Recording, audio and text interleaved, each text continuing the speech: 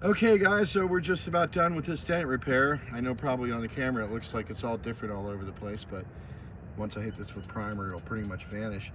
And the putty tells the story here. So right here is where the main dent was, and you can see a lot of the dolphin glaze got sanded away. There's not much of it left.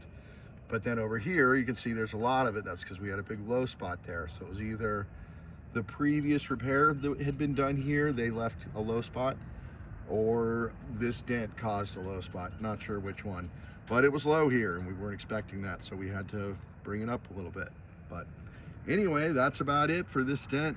Not quite ready for sealer, but I'm going to hit this with just some rattle can primer right now, just to keep it from the exposed metal like that right there from rusting. So that's pretty much it for this dent. You won't see this stuff again. I hope these short videos have been helpful. Thanks for watching, guys. Bye. And there you go. The dent is gone. Magic.